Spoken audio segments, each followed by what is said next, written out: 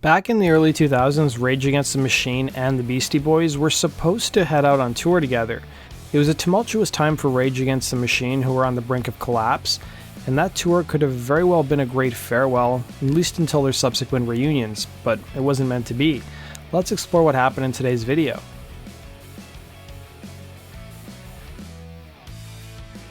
Rage Against the Machine at the time had what would be their final studio album, a collection of cover tunes called Renegades, coming out in late 2000. Ahead of the album's release, the band announced a joint tour with the Beastie Boys. It was announced in June of 2000 that both acts would be teaming up for the Rhyme and Reason 2000 tour. That would happen from August through September of the same year across the East Coast, the South, and the Midwest. Tickets would even go up for sale, and additional dates were added to the tour. In fact, the demand for tickets was so great online that the servers actually crashed.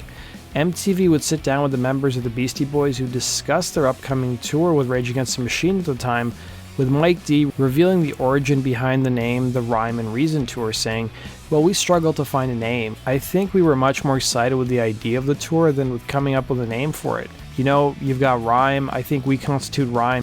Zach does some rhyme. I'd like to think that we're all reasonable people," he'd say. MTV initially reported that there would be a revolving cast of supporting acts joining the tour, including No Doubt, Stone Temple Pilots, rapper Busta Rhymes, as well as The Roots. Both Rage and the Beastie Boys would announce that some of the proceeds from the tour would be donated to charity, a tradition that both bands did on their own independent tours. MTV would report at the time that both bands would each take $1 from every ticket sale and give it to charity, with the Beastie Boys donating to the Milarepa Fund, which they helped co-found in 1994. That organization helps fight for non-violent social change. Meanwhile, Rage Against the Machine would donate their proceeds to food banks and homeless shelters across America. By late July of 2000, it would be announced that the tour dates would be postponed by about 2 to 3 months, after Beastie Boys member Mike D injured his shoulder while bicycling in New York City. The tour was set to start on August 2nd in Toronto. Publicist for the Beastie Boys would issue a statement that Mike D was riding home from a rehearsal for the tour when he rode over a pothole and fell off the bike, injuring several shoulder muscles, tendons, and ligaments, and his doctors and physical therapists recommended he be sidelined for 2 to 3 months to recover. By early September, there really was no update on the tour, and the Beastie Boys' Adam Yauch would reveal to MTV that plans for the tour were still up in the air, while also admitting the trek had been hastily put together, revealing, "We're sort of supposed to be on vacation, but then somehow we wound up where we were going on tour in the middle of our vacation. So I don't know exactly when we'll start working again on the next album," he'd say. A few weeks later, the tour was officially cancelled with a statement citing, and I quote, "insurmountable logistical scheduling and health problems." Another factor that MTV reported that may have contributed to the cancellations was that Rage's frontman Zach De La Rocha was planning on going into the studio to record a solo record.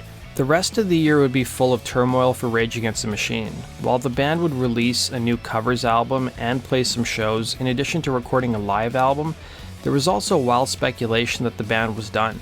Then the news dropped on Wednesday, October 18th, 2000, that frontman Zach De La Rocha was done with the group, announcing, "I feel that it's now necessary to leave Rage because our decision-making process has completely failed.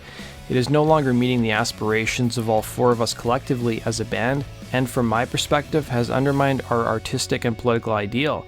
Rage Against the Machine would form 9 years earlier in 1991, channeling a wide spectrum of influences including Led Zeppelin, Bob Dylan, and even Devo, and the band would establish itself as one of the most groundbreaking, incendiary, and politically driven bands of the 90s, going on to sell almost 20 million albums. And for years, rumors of infighting plagued the group, and news that De La Rocha was leaving didn't really come as a shock to guitarist Tom Morello, who would reveal that he was amazed that the band lasted as long as it did, telling interviewer Simon Young, "Rage Against the Machine has been a tremendously volatile rock roller coaster for 9 whole years. It actually comes as something as a surprise that the original lineup has remained intact all this time. It's important to emphasize that Rage Against the Machine have not broken up. Zach has left the band. Tim, Brad, and myself will continue to make groundbreaking music," he would say. The news of Zach's departure wasn't well timed, given that almost a month after he left the group, they were set to release their covers album titled Renegades. Guitarist Tom Morello would act pretty diplomatically in the same interview, stating, "We parted company on good terms and we wish him well. There's been some confusion over this record since it coincides with Zach's departure. It's a studio album with Zach as the vocalist. For Timmy, Brad, and myself, we're really proud of this record and we want everyone to know about it." And according to Morello, Zakk wanted to take up to 2 years off until they began work on their next record, with 2003 being the next planned album from the group. So what happened? Some point to an incident at the MTV Video Music Awards where bassist Tim Comerford crashed Limp Bizkit's acceptance speech. And the bassist's actions reportedly angered De La Rocha, who left the awards early, telling reporters he felt, and I quote, humiliated. And I've done a whole video on this story, the link is down below. Others point to the fact that it was deeper than that. It was around this time that Zakk would tell the press, "It's not unique among rock bands to find occasional dissension, but compared to the music we make and the causes we pursue, it's not so interesting." Morello was even more evasive, stating, "Let's just say Rage Against the Machine forces made us burn brightly and burn quickly. That's been a constant tension, that's been an enormous challenge for us over the years. Zakk did what he had to do." Now, at the time of De La Rocha's departure, the remaining members of the band vowed to continue to make music together, but it wasn't immediately clear as to whether it would be done under the Rage Against the Machine moniker or as part of some new side project. New frontmen were rumored to be working with the musicians, including B-Real from Cypress Hill, and it wouldn't be until years later that the remaining members of Rage Against the Machine were more open to talking about what actually happened behind the scenes. During an appearance on Lars Ulrich's interview show It's Electric on Beats One, Morello would state, "I'll put myself first and foremost. It was a lack of emotional maturity on being able to deal with each other as people. We had political vision and the shows never suffered, but we just couldn't agree on stuff, and that sort of unearthed feelings that made it hard to make records. I think there were competing visions of what Rage was supposed to be, and competing feelings about what it was like to be in a band that we didn't deal with.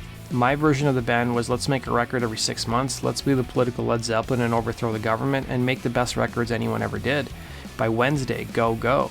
And Morello would say in retrospect that he now sees he wasn't necessarily understanding of the feelings of his bandmates in the years that followed Rage's demise. The remaining members minus De La Rocha would form Audioslave with former Soundgarden frontman Chris Cornell. The band would last half a decade until their breakup in 2007. Side note guys, I've done a whole video on the career of Audioslave, the link is down below. The same year that Audioslave would break up, Rage would reunite to headline Coachella, with Morello revealing during an interview why that was the case, saying, "We got together in 2007 and we had a great time. We had fun on stage, off stage. It felt like there was a lot of camaraderie, but one of the things that kind of helped that and took off the table was everything that had been controversial before. Writing music, doing interviews, having a manager.